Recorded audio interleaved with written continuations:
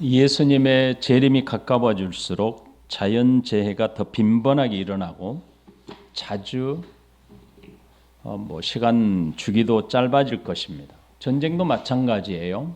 전쟁도 강도가 점점 세질 것이고 포괄적인 전쟁, 전 세계적인 전쟁이 일어나게 될 것입니다. 이 땅의 지구뿐만 아니지요. 예수님께서 하신 말씀은 우주적 재앙이 있게 될 것인데 그 우주적 재앙이 있을 때에는 바로 재림이 임박했다. 이렇게 알라라고 말씀하십니다. 오늘 우리가 함께 읽었던 이 본문은 예수님께서 종말에 대한 말씀을 하신 결론 부분에 해당됩니다. 그러면서 결론을 내리시기를 비유를 들어서 마무리를 하십니다. 성경에서 나오는 이 무화과 나무, 예수님께서 자주 무화과 나무를 들어서 설명하셨고요. 이 무화과 나무는 중동 지방에서는 흔한 과실수입니다. 그러니까 쉽게 볼 수 있는 것이죠. 성경에서는 무화과 나무를 특별히 예수님, 그러니까 메시아의 왕국이 세워질 때에 백성들의 평온한 삶, 백성들이 하나님의 통치가 이루어지는 삶의 비유에서 등장합니다. 열왕기상 우리가 늘 읽었던 말씀 42장 25절에 보면 솔로몬이 사는 동안에 유다와 이스라엘이 단에서부터 부엘세바까지 이르기까지 각기 포도나무 아래와 무화과 나무 아래서 평안히 살았더라. 이렇게 기록하죠. 그러니까 여름철에 무화과 나무는 잎이 푸르러요. 그리고 잎이 푸르기 때문에 이 무화과 나무 잎도 넓지요. 그래서 지나가는 나그네가 그늘에 쉴 수 있는 공간도 주어집니다. 하지만 겨울이 다가오면 무화과 나무의 잎은 가지에서 다 떨어지게 되죠. 잎이 다 떨어지고 겨울을 지나고 여름이 다가오기까지 앙상한 가지로 그냥 남아있는 겁니다. 그리고 나뭇가지에서 하나 둘 싹에 눈이 생겨나죠. 그리고 봉우리가 터져요. 그리고 며칠이 지나지 않으면 부드러운 잎이 돋아나기 시작합니다. 무화과 나무가 잎을 내기 시작하면 백성들은 여름이 다가왔구나. 여름이 도래해 왔구나 라는 신호로 생각합니다. 예수님의 무화과 나무 비유를 듣는 백성들은 이 말에 주어진 의미가 무엇인지 아주 쉽게 이해할 수 있는 것이죠. 그리고 이 비유가 무엇을 뜻하는지 예수님이 하신 말씀을 듣고 있는 백성들에게는 이 비유가 뜻하는 바 무엇인지 분명하고 정확하게 이해할 수 있을 것입니다. 이 예수님께서 이 무화과 나무의 비유를 들기 전까지의 증거했던 말씀들을 잘 종합해 보면 무화과 나무의 비유를 왜 들었는지를 알 수 있죠. 예수님은 지금까지 종말에 대한 시기와 그리고 징조에 대해서 말씀을 하셨지요. 그 종말의 시기와 징조에 대해서 말씀을 하신 후 무화과 나무의 비유를 들어서 결론을 맺습니다. 이것은 우리가 잘 생각해 보면 분명한 예수님이 비유를 드는 목적이 숨어 있습니다. 사계절이 정하여진 시간 속에 나무는 잎을 내고 열매를 맺습니다. 그리고 열매를 맺고 잎이 다 떨어집니다. 그리고 앙상한 가지에 남아있다가 다시 계절이 또 도래하면 똑같은 일들을 진행합니다. 그런 것처럼 사계절 속에 이 시간 속에 갇혀있는 나무가 계절에 따라서 정확하게 잎을 내고 열매를 맺는 것처럼 역사라고 하는 것은 종말을 향하여 달려가고 있는데 그 종말에 이와 같이 시간 속에 잡혀 있는 무화과 나무처럼 종말도 반드시 도래하게 될 것이다. 종말도 반드시 맞이하게 될 것이다. 이것을 가르치신 겁니다. 역사의 주관자이신 하나님께서 역사를 시작하셨기 때문에 이제 그 역사의 마지막도 하나님이 주관자이신 하나님께서 정확하게 역사를 마무리하신다는 뜻입니다. 바로 예수님께서 무화과 나무의 비유를 드신 진정한 목적이 여기 있는 겁니다. 예수님은 종말의 징조에 대해서 말씀하셨죠. 종말이 다가올수록 무섭고 두려운 일들이 일어나게 될 것입니다. 사람들이 감당하기 어려운 환난을 당하게 될 것입니다. 그 환난들이 사람이 생각할지도 못한 우주적인 종말, 우주적인 환난들이 사람들에게 닥치게 될 것입니다. 예수님이 분명히 말씀하시기를 사람이 감당할 수 없고 사람이 경험하지도 못했던 환난들이 다가올 때 사람들이 그 환난에 마주하게 될 때 재림하실 것을, 재림의 날을 생각하라. 재림이 주어질 것을 기억하라 라고 강조하셨습니다. 그러면서 이 예수님이 강조하신 이것을 도장을 찍는 것과 같이 무화과 나무의 비유를 들어서 확실하게 말씀하신 겁니다. 28절 말씀을 보시면 이렇게 되어 있어요. 무화과 나무의 비유를 배우라 이렇게 되어 있습니다. 그 가지가 연하여지고 잎사귀를 내면 여름이 가까운 줄 아나니. 무화과 나무의 비유를 배우라. 이것을 몰랐던 것을 배우는 게 아니고 무화과 나무가 계절을 쫓아서 어떻게 변화되는지를 너희들이 알고 있으니 그 경험을 들어서 이것을 기억하라는 뜻입니다. 모르는 것을 배우라는 뜻이 아니고 너희가 생활 속에서 무화과 나무가 계절을 쫓아서 어떻게 변화되고 무화과 나무가 계절 앞에 어떤 일을 하는지를 알고 있으니 종말에 대한 비유의 결론을 무화과 나무로 들음으로써 기억하고 생각하라. 이렇게 말씀하신 겁니다. 예수님은 종말에 대한 말씀을 무화과 나무를 잘 살필 것으로 마치신 것이죠. 무화과 나무가 사계절에 어떻게 변화한지를 통해서 종말에 대한 말씀을 가르치기를 원하신 겁니다. 우리도 쉽게 볼 수 있는 개나리가 있습니다. 주변에서 흔히 볼 수 있는 개나리는 겨울이 지나고 봄이 오기 시작하면 잎보다 꽃이 먼저 피게 되죠.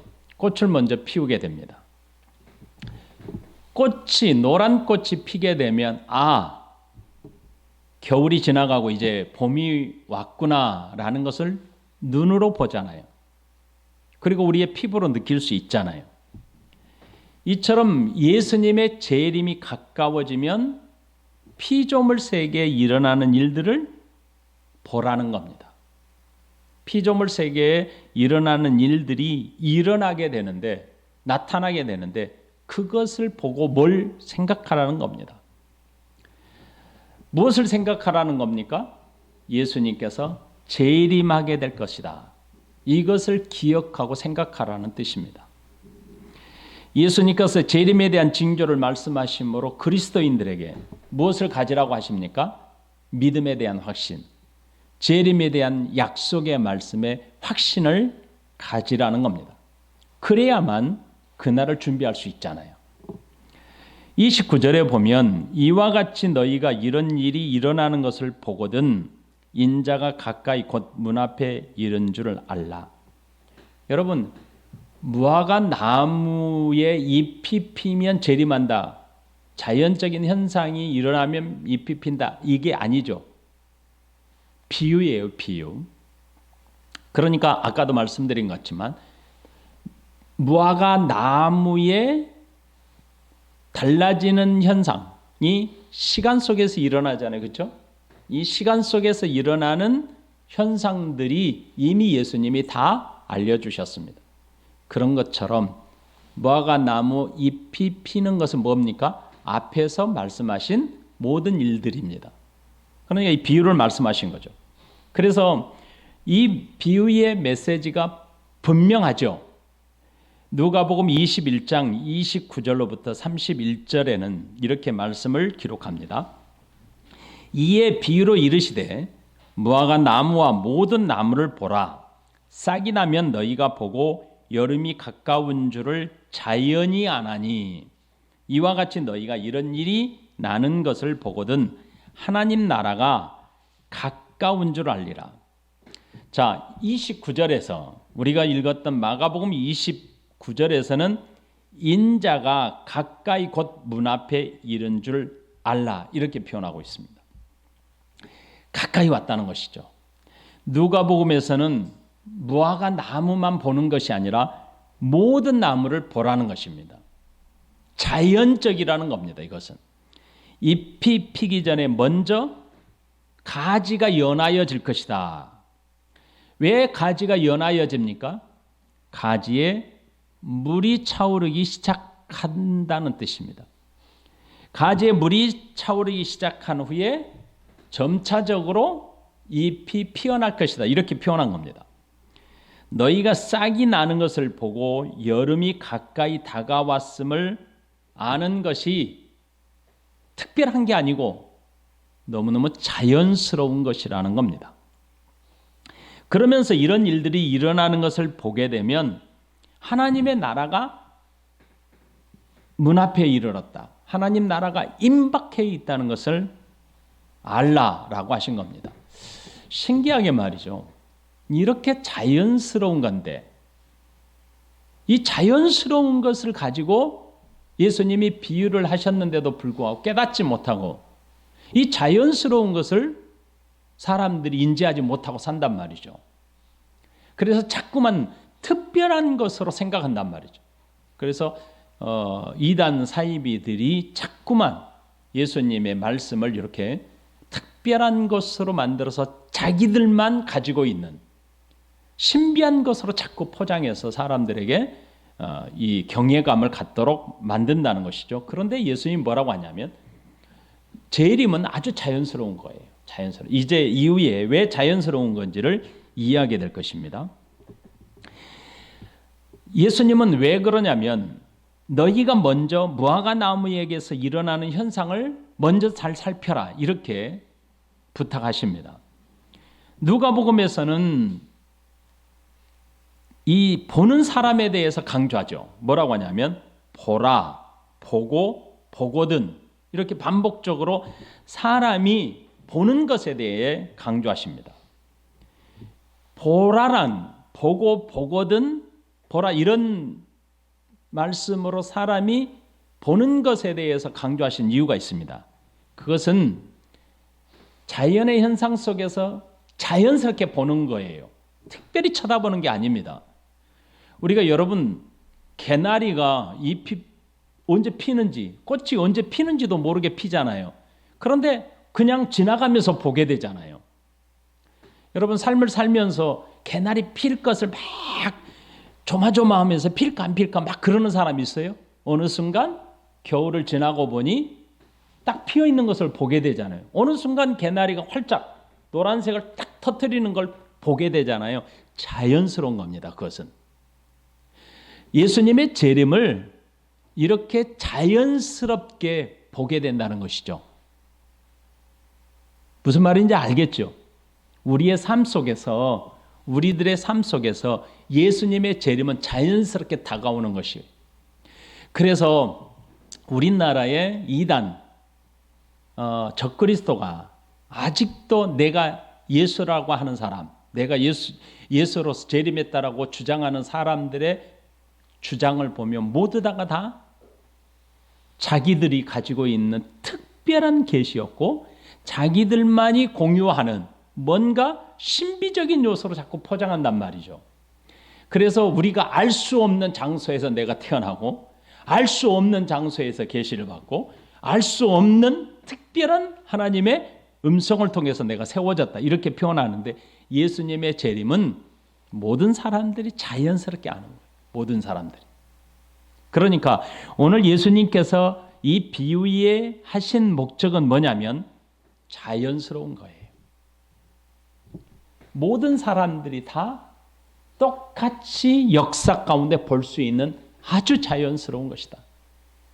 그래서 누가복음에서 보라, 보고, 보거든 이렇게 사람에게 집중되어 있습니다. 무화과 나무 잎의 목적이 아니에요. 잎만 보고 살아라 그게 아닙니다. 세상을 살다 보니까 무화과 나무에 잎이 보이는 겁니다. 자, 그런 뜻이에요. 무화과 나무가 잎이 나는 것은 하나님이 정하신 법칙에 따라서 하는 거죠. 하나님의 정하신 자연의 법칙에 따라서 진행되는 것이죠. 사람이 인위적으로 만들 수 없어요. 자, 길에 심어진 나무들이 사람이 인위적으로 키울 수 있는 것은 비닐하우스에서 키우는 거고, 사람이 인위적으로 할 수 없기 때문에 자연의 계절에 따라서 정해진 시간에 따라서 하나님이 정하신 법칙에 따라서 계절에 따라서 나무가 잎을 피고 열매를 맺는 것입니다. 그러므로 사람은 하나님께서 행하신 자연의 법칙에서 일어나는 것을 자연스럽게 보는 것과 같다는 겁니다. 무엇이요? 종말이요. 무화과 나무를 보는 그 사람은 당연히 자연의 법칙에 일어나는 시기를 알게 됩니다. 어떻게 해요? 자연의 법칙 속에 살아가잖아요, 우리가. 그러니까 자연스럽게 알게 되는 것이죠. 그렇다면 자연계에 일어나는 것은 딱 정해져 있습니다. 어떻게 정해져 있습니까?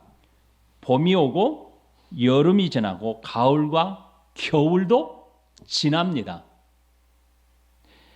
하나님이 정해진 시간대에 1년이라는 시간대에 봄, 여름, 가을, 겨울 사계절을 주셔서 이 사계절 동안에 어김없이 지나갑니다. 오게 됩니다. 이것이 정해진 것이라면 하나님께서 구속의 역사도 정해졌다는 것을 예수님이 무화과 나무의 비유를 통해서 강조하신 겁니다. 하나님의 나라의 역사는 뭡니까? 창조, 타락, 구속, 완성이죠. 영원 전에 하나님이 정하신 하나님의 시간은 뭐예요? 창조, 타락, 구속, 완성이에요. 이 완성은 재림으로 말미암아 영원한 나라가 세워지는, 새 하늘과 새 땅이 열리는 완성이죠. 이 순서대로 진행이 돼가고 있습니다. 여러분, 놀라운 것을 볼 수 있어요. 자, 보세요. 하나님의 창조가 지나갔죠. 타락도 지나갔죠. 구속도 지나갔습니다. 하나님의 나라의 역사는 창조, 타락, 구속, 완성인데 창조, 타락, 구속이 지나갔어요. 이미 성취된 겁니다. 이루어진 겁니다. 그럼 남아있는 것은 완성, 바로 재림밖에 없습니다. 자, 봄, 여름, 가을, 겨울 시간 속에서 무화과 나무는 그 계절에 따라 반드시 오고 갑니다. 정해진 것이죠. 마찬가지로 하나님의 나라의 역사는 정해져 있습니다. 창조, 타락, 구속, 완성으로 정해졌습니다. 그런데 창조, 타락, 구속은 이미 성취되어 지나갔습니다. 그러므로 이제 남은 것은 완성인 재림이 남아 있습니다. 예수님은 무화과 나무 비유를 들었던 이유가 여기 있습니다. 역사는 남아있는 재림이 자연계에 정해진 시간과 같이 다가오고 있다. 이것을 말씀하시는 겁니다. 자연계에서 계절을 알리는 징조가 일어나는 것과 같이 재림이 바로 예수님이 앞에서 설명하셨던 징조로 있게 될 것이다. 이렇게 말씀하신 것. 계절을 알리는 징조를 보게 되면 자연스럽게 다가오는 계절을 알 수 있듯이 재림의 징조를 보게 되면 너희는 자연스럽게 다가오는 재림을 알아야 한다. 이렇게 표현합니다. 무슨 말인지 알죠? 그래서 이렇게 자연스럽게 예수님의 재림이 오게 되는데 이단 사이비가 주장하는 것처럼 아무도 모르게 자기 혼자 계시를 받고 음성을 들어서 내가 왔다 이렇게 표현하는 것은 맞지 않잖아요. 봄, 여름, 가을, 겨울을 느끼지 못하는 사람이 있어요? 여기에서 앉아있는 사람? 없잖아요. 지금 가을이에요? 여름이에요? 아직도 나는 봄이야. 이게 봄인 것 같아. 날씨는 비슷하니까 이게 봄이야 라고 하는 사람이 있어요? 잎은 떨어지고 있는데 봄입니까? 봄은 뭐가 나와야 돼요? 잎이 나와야 되잖아요. 온도는 비슷하지만 하늘도 비슷하지만 봄과 가을은 확연히 다르죠. 마찬가지로 예수님의 재림은 모든 사람들이 다 알게 된다는 거예요. 그 알게 되는 징조를 예수님이 다 말씀하셨어요. 예수님께서 이렇게 말씀하십니다. 너희가 이런 일을 보거든 이라고 말씀하셨어요. 이것은 이미 앞에서 종말에 대한 말씀을 강조하신 말씀입니다. 멸망에 가정한 것이 서지 못할 곳에 선 것을 보거든 이후 일어날 일들에 대한 말씀인 겁니다. 다시 말하면 예수님은 이 말씀을 하심으로 예언에 이중적 의미를 두셨다라고 우리가 함께 나눴습니다. 예언의 이중적 의미는 무엇입니까? 이 말씀을 들었던 당시 백성들에게 있게 될 일, 그리고 그 이후에 장차 맞이할 세상의 종말에 일어나게 될 것, 이 두 가지 이중적인 의미가 있다라고 말씀을 드렸습니다. 30절 보세요. 내가 진실로 너희에게 말하노니 이 세대가 지나가기 전에 이 일이 다 일어나리라. 예수님이 내가 진실로 너희에게 말한다라고 하시는 말씀은 무슨 뜻이죠? 말씀의 무게가 어떠한지를 강조하신 거죠.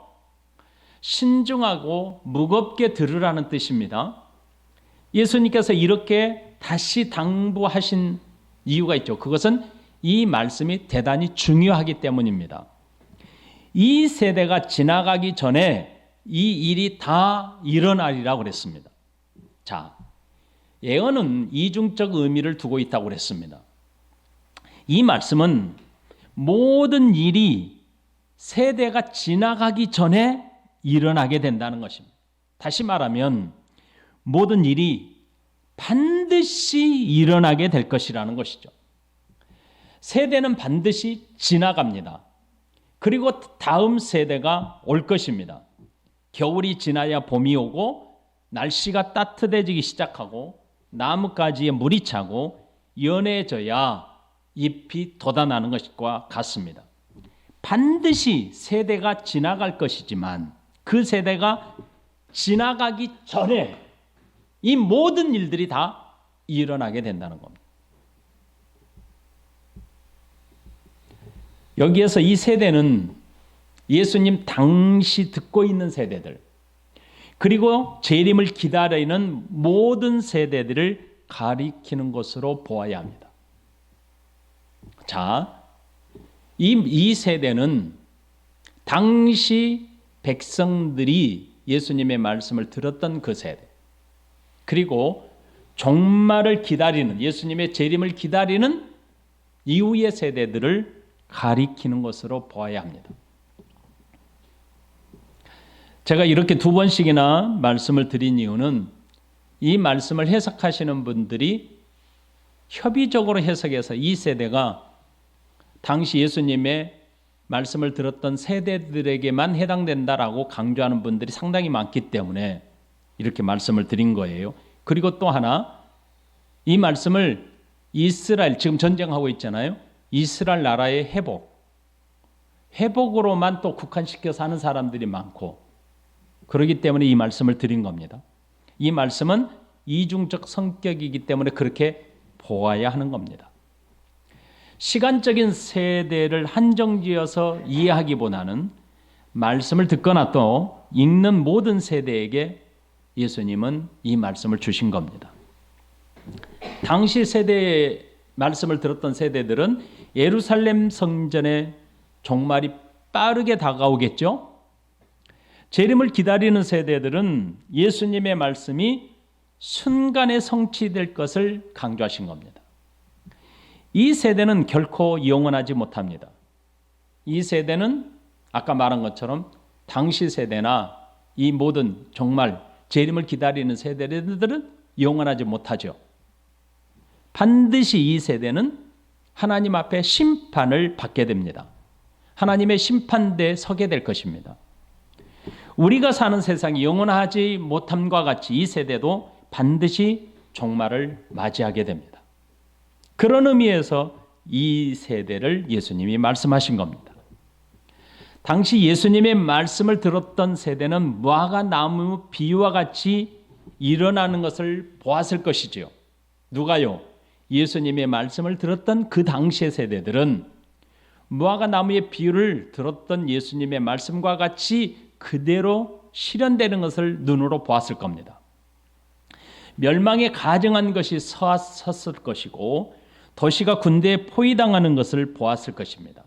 그들의 세대는 이미 성취되었던 사건이 되었습니다. 이제 이중적인 의미에서 남아있는 세대들이 누굽니까? 예수님의 재림을 기다리는 우리 세대죠. 이제 재림을 기다리는 세대들은 반드시 일어나야 될 일들이 있게 된 후에 이 말씀이 성취될 것입니다. 그래서 예수님은 무화과 나무의 비유를 마무리하면서 이렇게 말씀하셨습니다. 31절에 우리 다 같이 읽으십시다. 중요하기 때문에 시작. 천지는 없어지겠으나 내 말은 없어지지 아니하리라. 예수님께서 하신 말씀은 반드시 성취될 것을 다시 한번 강조하신 겁니다. 예수님께서 이렇게 말씀하시면 무슨 권위를 가지고 있는 것이죠? 신적인 권위를 가지고 말씀하신 겁니다. 그러니까 신적인 권위로 말씀하셨기 때문에 이 신적인 권위로서의 말씀이 없어지지 않는다는 겁니다. 반드시 이루어진다는 겁니다. 여러분, 천지가 없어지는 날이 있죠. 천지가 사라지는 날은 언제입니까? 천지가 사라지는 날, 새 하늘과 새 땅이 열리는 날이죠. 그날은 언제입니까? 이 세계의 모든 역사가 종결하는 날이죠. 그날은 언제입니까? 예수님이 재림하는 날이죠. 요한계시록 20장 11절. 또 내가 크고 흰 보좌와 그 위에 앉으신 이를 보니 땅과 하늘이 그 앞에서 피하여 간데 없더라. 없어졌어요. 그래서 예수님은 이 말씀이 확실하다는 것을 강조하기 위해서 예수님은 천지는 없어지겠으나 내 말은 없어지지 아니할 것이다. 이렇게 말씀하신 겁니다. 민수기 23장 19절에 보면 하나님은 사람이 아니시니 거짓말을 하지 않으시고 인생이 아니시니 후회가 없으시도다. 어찌 그 말씀하신 바를 행하지 않으시며 하신 말씀을 실행하지 않으시리야. 히브리서 1장 10절로 12절. 또 주여 태초에 주께서 땅에 기초를 두셨으며 하늘도 주의 손으로 지으신 바라. 그것들은 멸망할 것이나 오직 주는 영존할 것이요 그것들은 다 옷과 같이 낡아지리니 의복처럼 갈아입을 것이요 그것들은 옷과 같이 변할 것이나 주는 여전하여 연대가 다함이 없으리라. 창조주이신 하나님은 세상 역사를 종결하기 위해서 모든 피조물을 거둬들이실 때가 있다는 겁니다. 그리고 택하신 믿음의 자녀들을 영원스러운 영광스러운 자녀로 변화시켜서 영원하신 하나님의 나라를 완성하실 때를 말씀하신 겁니다. 그날에는 천지는 없어집니다. 그리고 예수님께서 약속하신 말씀이 성취될 것입니다. 이 약속의 확실성을 위해서 예수님이 자신이 신적인 권위로 보증하신 말씀입니다. 없어지지 아니하리라. 그러므로 예수님의 말씀은 영원히 소멸되지 않습니다. 그리고 예수님이 하신 모든 말씀은 반드시 성취될 것이라는 사실입니다. 마태복음 5장 18절 진실로 너희에게 이르노니 천지가 없어지기 전에는 율법의 1.1획도 결코 없어지지 아니하고 다 이루리라 이렇게 말씀하셨습니다.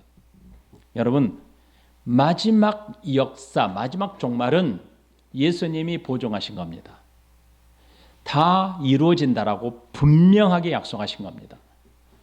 천지는 사라집니다. 사라지지만 예수님이 약속하신 그 말씀은 반드시 후에 완성이 됩니다.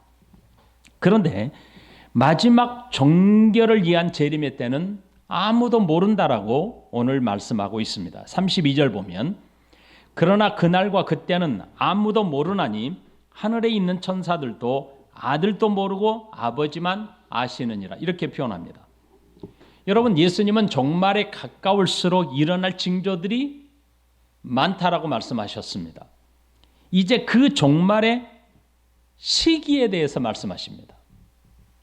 자, 여러분, 이단 사이비가 자꾸만 내가 예수님이다, 내가 성령님이다, 내가 하나님이다라고 주장하는 것 자체가 완전히 잘못됐다는 것을 이 말씀을 통해서 이해하시겠죠.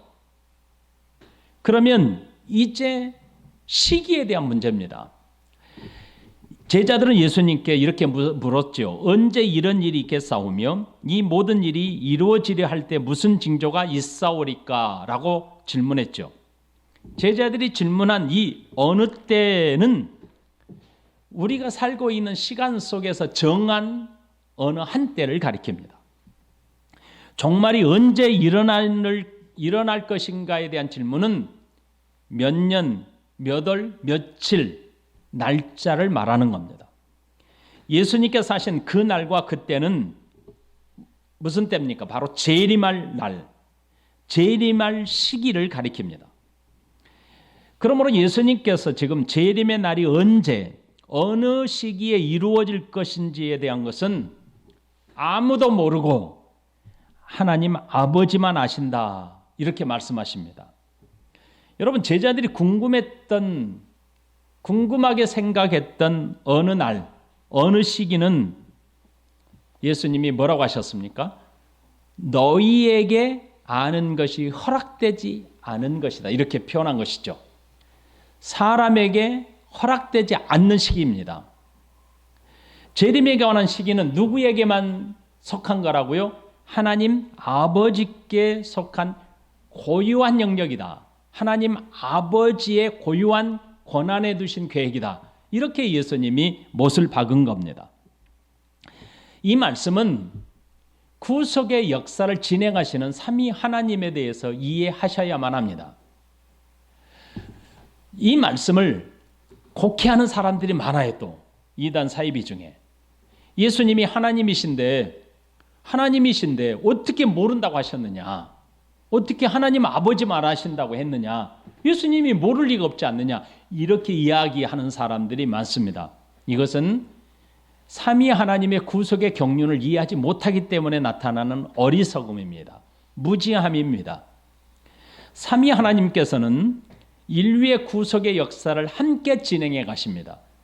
그런데 그 진행의 가심에 있어서 삼위 하나님이 서로 협의하신 바 있습니다. 그것은 성부 하나님은 계획하시고 성자 하나님은 계획하심을 성취하시고 성령 하나님은 예수님께서 성취하신 성자께서 성취하신 그 성취함을 택자들에게 적용하십니다.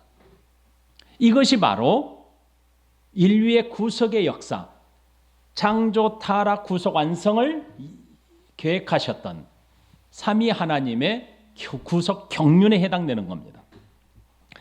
지상에서 지금 구속 사역을 진행해 하시는 예수님은 지금 어느 순간입니까? 아버지의 계획을 성취하기 위해서 성육신 하신 동안에 이 말씀을 하시는 거죠. 예수님께서 성육신 하심은 성부 하나님의 구속 계획을 성취하시기 위해서 오신 겁니다. 그렇기 때문에 재림에 대한 말씀은 구속 계획이 아버지 하나님 권한에 속한 것이다 라고 정확하게 말씀하신 겁니다.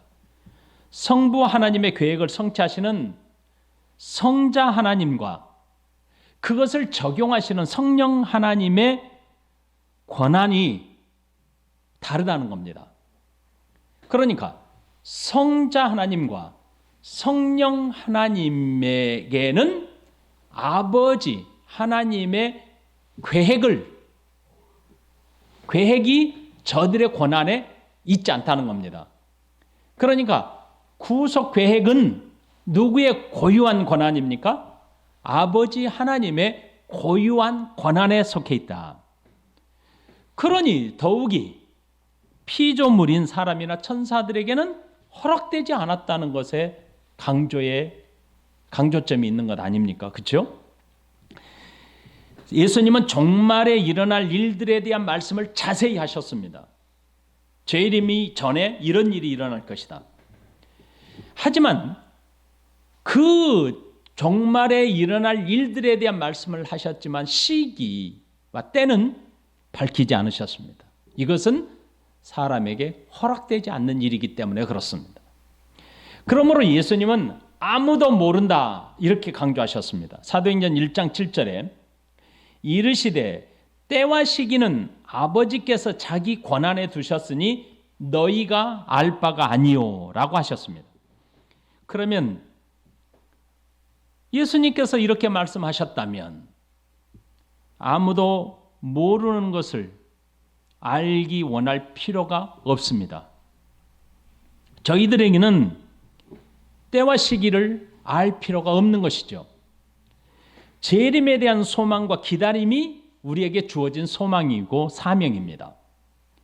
이 세상 어떤 것으로도 재림의 시기를 예측할 이유가 없습니다. 분명한 것은 징조가 일어난다는 것이죠. 징조가 일어나겠고 그 후에 종말을 맞게 될 것입니다. 그러므로 우리가 해야 될 일은 무엇입니까? 재림을 대비해서 살아야 합니다. 사도행전 1장 8절 오직 성령이 너희에게 임하시면 너희가 권능을 받고 예루살렘과 온 유대와 사마리아와 땅끝까지 이르러 내 증인이 되리라. 예수님이 재림하실 것을 아는 것을 허락하지 않으셨습니다. 그 때와 시기는 너희가 알 바가 아니라고 하셨습니다. 바로 이어서 너희가 알 바가 아니기 때문에 뭘 하라고 하셨냐면 우리에게 주어진 사명, 우리에게 주어진 재림에 대한 소망을 가지고 살 것을 당부하신 겁니다. 예수님께서는 아버지 하나님만 아신다고 강조하심으로 믿는 하나님의 백성들에게는 재림을 대망하면서 살 것을 당부하신 겁니다. 사람에게는 하나님의 역사, 시간이 감추어져 있습니다. 죄에 빠져 사망에 처한 사람은 하나님의 구속 경륜을 다 알 수 없습니다. 다만 징조를 통해서 짐작할 수는 있습니다. 징조를 통해서 반드시 오게 될 종말을 기다리며 바라보게 하셨습니다. 이것은 죄에 빠진 인간의 속성을 너무나 잘 알기 때문입니다. 인류의 시간을 시작하신 하나님께서 그 마지막을 완성하실 것입니다. 우리의 주권자 되시는 하나님께 우리가 순종하며 살도록 하신 겁니다. 예전에 1990년도인가요? 10월 30일 날 예수님이 재림한다 라고 시간을 못 박은 기억이 있습니다. 대한민국이 그야말로 TV에서 생중계까지 했습니다. 여의도에 세계적으로 가장 큰 교회 목사님이 편을 들었습니다. 10월 30일 날 예수님이 재림하실 수 있다.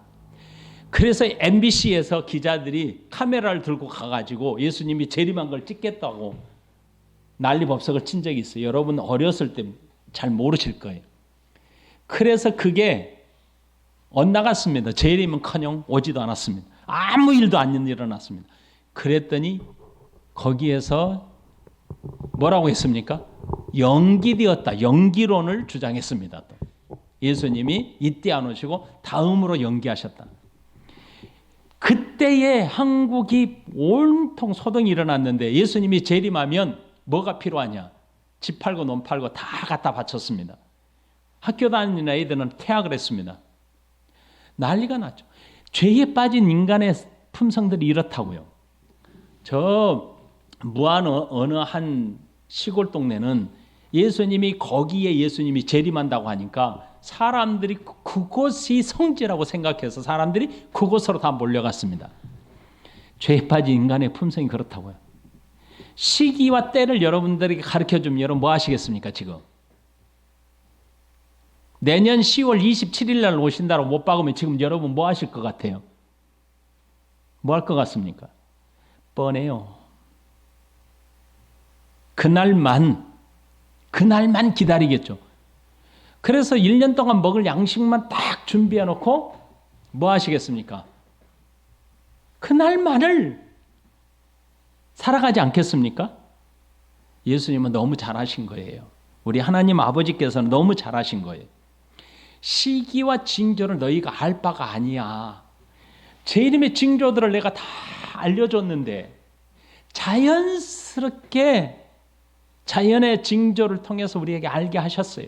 그러므로 우리는 뭘만 기다리면 됩니까? 징조가 오는 것을 보면서 뭘 대망하며? 재림을 대망하며 살도록 하신 겁니다. 종말을 살아야 하는 백성들에게 이 말씀이 얼마나 큰 힘이 되는 줄 아십니까? 예를 들어서 이 말씀을 받았던 로마 시대의 백성들을 보세요. 로마 시대를 살았던 이 말씀을 지금 받을 때는 환난과 역경이 불같이 올 때입니다. 자기의 자녀가 죽고 믿음 때문에 형장이 이슬로 사라져가고 있는 그때입니다. 온갖 환난과 핍박으로 도망 다녀야 할 때입니다. 이럴 때에 이 말씀을 딱 받을 때에 저들의 백성들은 어떠했겠습니까? 이 모든 것들이 다 이루어진다. 천지는 없어지겠지만 내 말은 없어지지 아니하고 반드시 이루리라고 하는 말씀을 붙들고 살 때에 우리 시대의 예수님이 재림하실 것이다라는 이 소망이 얼마나 큰 힘이 되겠습니까? 다 이루어진다. 그러므로 종말을 살아야 하는 저와 여러분들이 이 말씀이 대단히 힘이 되어야 합니다. 만일 이 말씀이 힘이 되지 않는다면 큰일 나는 거예요. 예수님이 재림을 우리에게 징조를 다 허락해 주셨는데 이 징조를 보면서 이 말씀이 생각나지 않는다면 우리는 절망이죠. 징조들이 이루어져 가고 있는데 예수님의 재림의 말씀이 생각나지 않는다면 얼마나 큰 절망이겠습니까? 우리를 핍박하는 세상의 권세, 우리를 환난 속에 몰아넣는 권력은 영원하지 못합니다. 천지가 없어지는 것처럼 다 사라집니다. 겨울이 지나가는 것처럼 이 세대는 지나갑니다. 모든 세상이 사라지고 멸망하겠지만 택한 믿음의 백성, 저와 여러분들에게는 재림이라는 영광의 날을 주셨습니다. 그 영광의 날을 맞이하게 하셨습니다. 예수님은 이 놀라운 약속을 반드시 성취하실 것이라고 확정하셨습니다. 그러므로 그 나라 그 날과 그때는 아무도 모르나니 하늘에 있는 천사들도 아들도 모르고 아버지만 아시느니라 이렇게 말씀하셨습니다. 다음 주에 예수님이 어떻게 오시는가를 말씀하십니다. 기대하시라 개봉박도. 예수님은 반드시 오시는데 어떻게 오시는지 다음 주에 나옵니다. 그러므로 우리는 예수님의 재림을 기다리며 살아야 합니다. 따라합시다. 마라나타. 아멘 주 예수여. 오시옵소서. 여러분 확신을 가지고 고백해 보세요. 마라나타가 아멘 주 예수여 오시옵소서 그 뜻이거든요. 확신을 가지고 징조들이 나타나고 있는데 마라나타 그러셔야 돼요. 우리 그리스도인들의 신앙 고백입니다. 우리말로 아멘 주 예수여 오시옵소서 이래야죠. 마라나타. 징조들이나 아이고 무서워 도망가지 마시고 마라나타 하셔야 돼요. 자연스럽게 일어나는 이 징조들이 일어날 때 우리 그리스도인들은 마라나타 하셔야 된다고요. 아멘 주 예수여 오시옵소서. 이 소망과 믿음이 저와 여러분들을 살리는 거예요. 힘이 되는 말씀이 되시는 거예요.